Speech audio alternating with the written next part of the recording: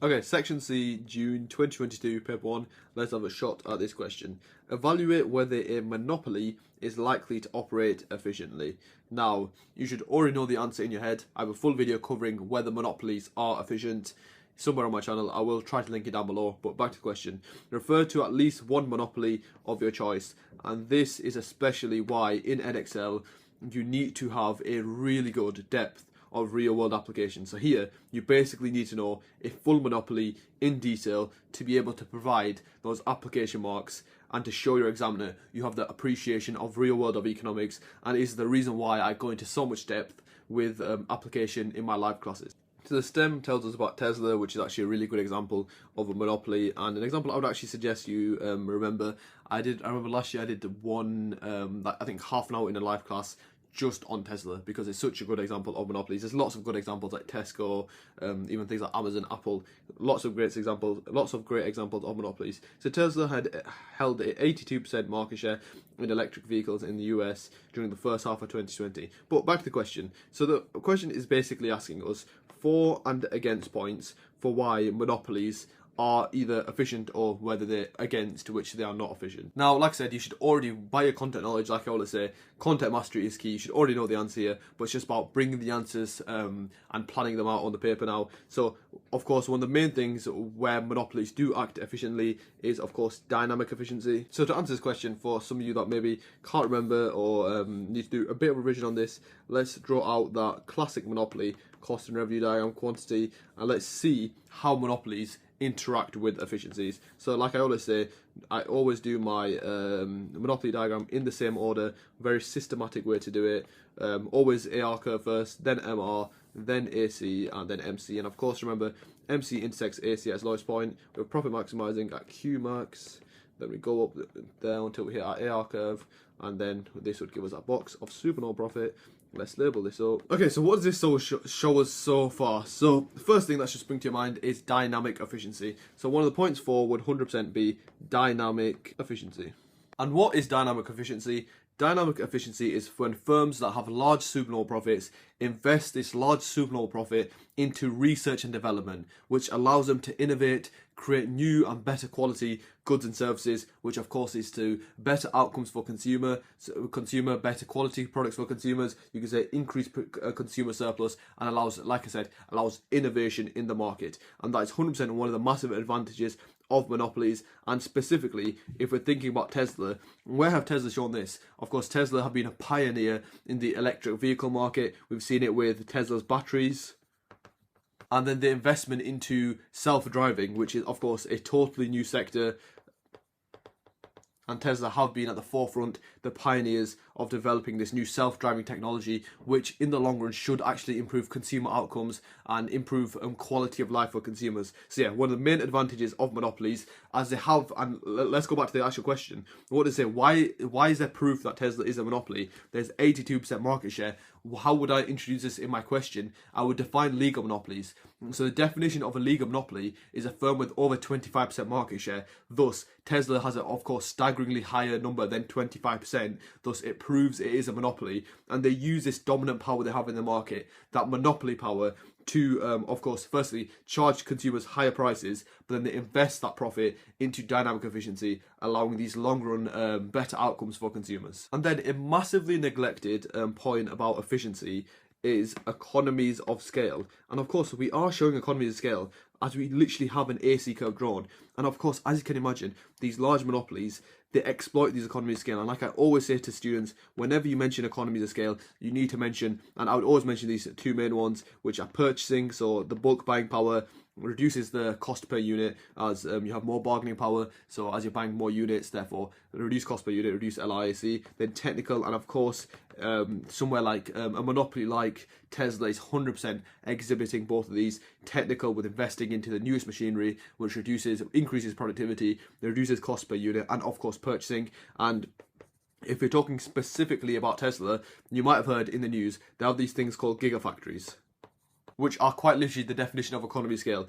absolutely humongous factories. They exhibit all the economy of scale. They produce a massively large output, which, how do we actually define economy of scale? When output increases, costs fall, and that is exactly what these gigafactories are. And that is how Tesla is showing an example of a monopoly acting efficiently with its economy of scale and using its gigafactories. So there's some really good 4 points, but now let's also think against. There is, of course, some other 4 points where basically, for monopolies acting efficiently, it's such a common question, is you should basically almost have a model answer for this. And I know one of my other points in my model answer would be cross-subsidization. And a great example of that, which I used to teach in my life classes, was Royal Mail. So, of course, if you think about Royal Mail, they deliver to the entire of the UK, and there's some areas of the UK which are highly densely populated, places like London, like cities, Manchester, where there's lots of people in a small area. So, for example, someone delivering mail can probably deliver to 100 households in maybe an hour. Whereas, and that is extremely profitable for them, since they can, of course, these workers are more productive, they're getting more output per worker. But then if you have somewhere like the Scottish Highlands, where maybe it takes 40 minutes drive between like customers, between people that you need to deliver your mail to, of course the cost per unit is much higher. And that's a great example of cross-subsidization, where Royal Mail uses its profits from its densely populated areas, so London and Manchester, where it has low cost per unit, and it uses that profit to subsidise supplying the like Scottish Highlands, areas which are like less densely populated. So that's another example you can write for Tesla cross-subsidization, as they used to have a really expensive car. I can't actually remember what it's called. It's like a model something, and like the Tesla trucks, the Cybertrucks, very expensive Tesla model, but then they use that profit they gained from those Tesla Cybertrucks, and they use it to build the cheaper models. Now you see in the UK roads every single day, where I think they're called Model Y, something like that, which are basically the more cheaper, the more everyday alternative. They're called the Model 3 apparently. So they cross-subsidise from the higher expensive models to build these everyday, pretty much normal consumers can afford, which are the models like the Model 3. But now let's think about some points against, and this is where you can really utilise the diagram.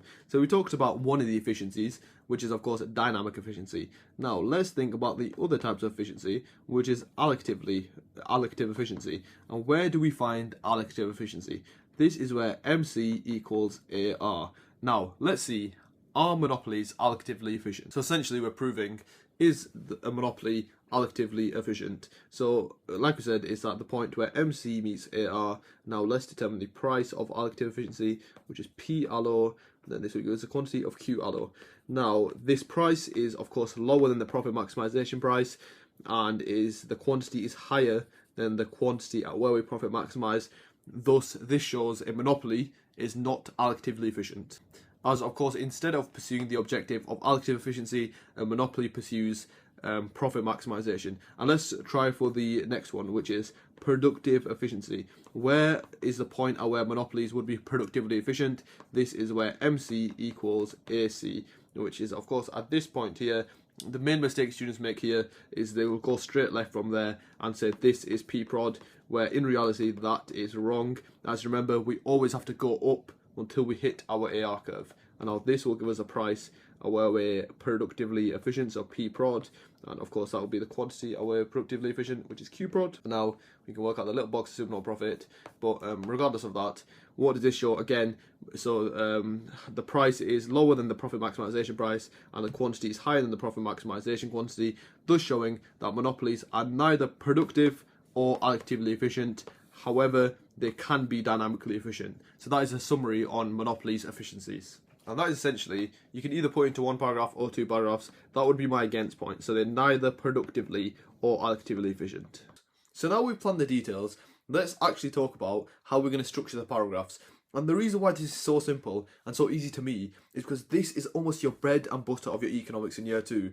In year two, it's all about market failure, market structures. And these questions are so common, and you really 100% before your paper one, you need to almost have a model answer, just know how to answer these questions. So like this plan, of course, I've been teaching economics for years, but even as a student, I would know this pretty much off by heart. So if you get a question like this, you pretty much don't even have to think, and it's more just recall rather than having to come up with the points. Since, as I always say, especially in Edexcel, questions, they don't repeat, but they rhyme. So when these questions come up, they're very similar to previous questions, and sometimes they literally repeat. Like the common example of price discrimination questions literally come up exactly the same. Yeah, the wording's changed a bit, but the actual question stem itself is exactly the same. So for this question, I will do 2 paragraphs. And the way I would do it, so my topic sentence would be, I disagree monopolies are likely to operate efficiently, as monopolies, due to their profit maximization objective, are neither productively or allocatively efficient. And that would be my topic question. Topic sentence, sorry. Then, of course, would draw in the diagram, and then I would put an example, something like what we were talking about with Teslas. So, of course, as we know, there's the expensive Tesla models, and there's the cheaper Tesla model. I would say something like, Tesla profit maximizes or charges high prices for its Model S's, I think, or its expensive models of Tesla. You don't need to quote, of course, the exact model, but you can just say Tesla has expensive cars where profit maximizes or it charges higher prices for. As remember, examiners, they need to see your appreciation for a monopoly and the appreciation of the real world of economics in this question for you to get anywhere near the 25 out of 25. Then I would go on to introduce monopolies, talk about how they profit maximize, so mention the diagram, talk through the diagram with the examiner, like I always say, assume the examiner has no content knowledge, so talk about MC equals MR, they find the price P max, and that is of course the profit maximization price, leads to this large box of supernormal profit, but then mention your efficiencies, your productive efficiency, your allocative efficiency, where they found the relative prices. Then just like we talked through with the explanation, talk about how the profit maximization price is higher than the productively efficient price and the allocatively efficient price, and then also talk about the quantities. You want to include this diagram and just squeeze everything out of this diagram as much as possible to help you pick up the maximum amount of mark. And 100% the efficiency I didn't mention in the explanation, you could 1,000,000,000% mention X-inefficiency. And what is X-inefficiency? It's when a firm produces at a point above the average cost curve. And why could that happen to Tesla specifically? And the main thing here is in the stem. The stem mentions that Tesla has 82% market share. Now, try to ask yourself this question. Why is a firm like Tesla with 82% market share more likely to experience X-inefficiency? And that is all due to the lack of competition in the market. Since they are dominating the market, there is less incentive for them to innovate. There's less pressure on the firm. Since they're the best, they're already the biggest in the market. Thus, there's less pressure for them to reduce costs, which leads to them not being as efficient as they can be, which is of course what X-inefficiency is. So 100% another one that you can mention there, and that would be an absolutely perfect paragraph talking about why monopolies are neither productive or allocatively efficient, and then also you can mention X-inefficiency. And of course, make sure to include this stat, as examiners will love that, since they're using that stat in a really good manner. And this is a tip I usually give to my A-star students, but like I always say, if you watch all the videos on this channel, you put the work in, you attend the live classes, there's nothing stopping you from getting that A-star. It's achievable for every single student, and that's what I love about economics. But what I used to do for questions like this, where I used to know the plans. So for example, some questions, like I said, they repeat all the time. Before you do your paper 1, your paper 2, you should have already gone through these questions, done them a few times, so if it comes up, because they're common questions, you should already know kind of what you're doing. And for questions like this, what I used to do is, I didn't just use a plan, I used to specifically plan what would be my main paragraph, so what would be my KAA paragraph, and then what would be my evaluation. So I would label this 1A. 1A represents, that is the first KAA paragraph, and then I will label this 1B, and the 1B would represent, that is the evaluation to my first paragraph. So 1A is my first KAA, then 1B is my evaluation to my KAA, and that just meant, as I already had my whole plan done within the first, 3-4 minutes of my exam, I already knew what my paragraph would be and what my evaluation would be. So you can just imagine how organised, how well written these essays were, and I encourage every single student to do this as well. So I've done my analysis, my whole analysis on monopolies, and not productively or X-efficient. Then what am I going to try for my evaluation? And this is why this plan is so great. Now I'm going to evaluate with saying, however, in evaluation, this depends on the degree to which monopolies are dynamically efficient. Now, why is this the best evaluation point? This is as it's the most specific to your answer, and that's why I emphasize to students as well. And once you've gone past the barrier of just being able to evaluate, the best evaluation and the one that is going to pick you up the most marks is the one that is most specific, the most related to what you've written in your KAA. And that's why I always tell students, when you're evaluating, always read through your chains of analysis first, try and find any limitations, any assumptions you made that you can evaluate as they directly relate to your question and they're not just general evaluation points. So in my whole paragraph, I've been talking about how monopolies are operating inefficiently, but then I'm going to evaluate this by saying, however, in another world, or however, in evaluation, monopolies can actually be dynamically efficient. So my whole paragraph, there's a constraint of my entire paragraph. So I've just kept banging on that monopolies are inefficient, but then I've evaluated by saying they're efficient, and that's why it's a perfect evaluation point. So the way I'd word it is, however, in evaluation, this depends on the degree that a firm can be dynamically efficient. Or in specific, this depends on the degree to which Tesla is dynamically efficient. As Tesla profit maximizes at MC equals MR, it charges price P max and quantity Q max. This leads to a large box of supernormal profit. Now, since Tesla is looking to innovate in the long run, trying to invest into research and development, thus meaning that due to this investment into research and development, it leads to this firm innovating in the future, creating better quality products for consumers, thus meaning this firm is dynamically efficient. As for example, Tesla has innovated the electric vehicle industry with better, higher quality batteries and innovating technology. We're trying to introduce things like self-driving, and that is an absolute perfect evaluation. You've banged on answered the question. You refer to a monopoly. It's the best evaluation point, the most specific for that paragraph you've written, and that is exactly, and it's even higher than A-star level. That is just absolutely perfect. And for my second evaluation point here, since we're talking about efficiencies and prices specifically, since the prices kind of determine whether the firm is operating efficiently or whether it's not, and that relates a lot to business objectives. So what my other evaluation point would probably be on the time frame. So I'd say, however, in evaluation, whether monopolies are likely to operate efficiently depends on the time frame. As this changes between the short run and the long run, as you can talk about the divorce of ownership and control, you can just talk about how in the short run firms may have different objectives like sales maximizing, revenue maximizing, and of course you can show that on the diagram where MR equals 0, revenue maximizing, when AC equals AR, sales maximizing. But of course, in the short run they may be revenue maximizing, however in the long run they may then pursue something like allocative efficiency, something like allocative or productive efficiency, thus meaning, yes, in the short run, they may be acting inefficient. However, in the long run, these monopolies may act efficient. And then lastly, one of the biggest evaluation points I always want you to remember with regards to monopolies, pretty much whenever monopoly is mentioned, this should pretty much work as an evaluation point, and that is this word. It is regulation, and of course regulation by the CMA. The way I would word it is, however, in evaluation, this depends on the degree of regulation by the CMA, as if the CMA catches Tesla or believes Tesla is exploiting consumers, it will therefore use its, of course the CMA wouldn't be in America, so whatever you just say the regulatory authority in America, but yeah, they would use their regulatory power to stop Tesla or whatever firm it is abusing their exploiting consumers, thus meaning Tesla may be forced to charge a more productively or actively efficient price, thus meaning the monopolies may not be able to act inefficiently. So basically, the regulatory authority may force the monopoly to operate efficiently. And that is my first paragraph wrapped up. And then for my second paragraph, so in my classical method, I would label this 2A. So for this is going to be my second KA paragraph, which I would say, I believe, so the opposite side of the spectrum, I believe monopolies are likely to operate efficiently as these large incumbent monopolies experience extremely large or just large economies of scale. For example, this is seen with Tesla as they operate these massive gigafactories which help reduce Tesla's costs. And then for my chain of analysis, as Tesla increases output, this leads to a fall in its long run average cost.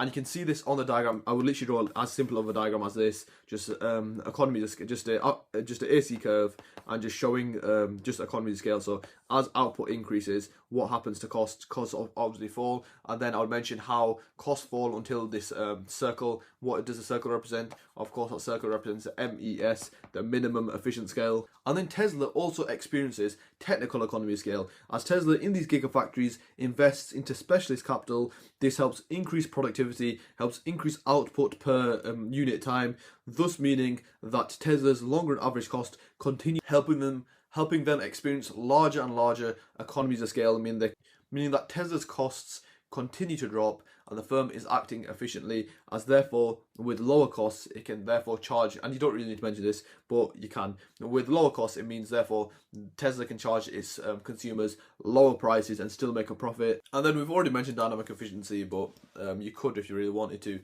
mention dynamic efficiency again. You could also mention the fact that with technical economies of scale, yes, the goods are getting cheaper to produce, but as they're investing into specialist capital, the quality of the goods are also improving alongside the goods are cheaper. So that means also consumers are getting better quality goods, better consumer outcomes, meaning that that is also very efficient for consumers. And that is more of a simple paragraph, but it's still a great paragraph nonetheless. And now moving on to evaluation. Now with economies of scale, again, this just comes with experience. What is the best evaluation for economies of scale? What is more specific evaluation for economies of scale? That would of course be DOS, which is, and I'm going to label this 2B. Why? Because this is diseconomies of scale. The way I'd word this is, however in evaluation, the degree to which Tesla or a monopoly is likely to operate efficiently depends on the degree to which a firm experiences diseconomies of scale. As when a firm grows, when output increases, it's likely that a firm will experience, and of course you can show this on the diagram,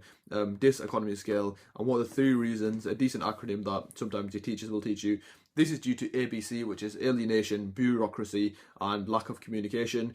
So essentially, when the firm gets too big, it takes a lot longer for example, the managers and the employees on the shop floor to communicate, and that lack of speed in the communication, that increased time between the managers who make the decisions and the employees leads to, of course, that also increased cost, for example. But since there's so much bureaucracy, so for an employee to report that to the manager, he might have to go through 10 sub-managers to get to someone who can actually change the prices or make a decision. That of course increased costs for firms, and just that communication time increased costs for firms. And then of course alienation with a small firm, like if you think about a startup, some of you guys might know startups, everyone's aligned to one goal. It's almost like your own company where you really want it to succeed. You want the best for the company. You work overtime. You work overtime without even getting paid. But when you're operating a massive like transnational corporate, like basically just a massive firm, the employees are just there for the job. They're just there to get paid. They don't actually care about your company's vision. They just want to get paid, go home to their family. That's kind of what alienation means. These workers are not very motivated. They're not very aligned to your mission. As when a firm gets big, they have to employ lots of individuals, and not every single individual is going to be massively motivated and aligned to your goals. And yeah, that is a decent summary on that. And there are a few more evaluation points, but I can't go through every single thing. And yeah, that is how I would do my 2 paragraphs for this question. Of course, you would have a final judgment with your 25-mark questions. That is where any points you have not mentioned in your plan, I would mention them there. So here, cross-subsidization would work very well. That's just a little point introduced into your final judgment, mention a bit about it, and yeah, they pick up a few marks here and there as well. So that's also a very positive thing to do. But yeah, that is June 2022, question 7, and let's now move on to question 8.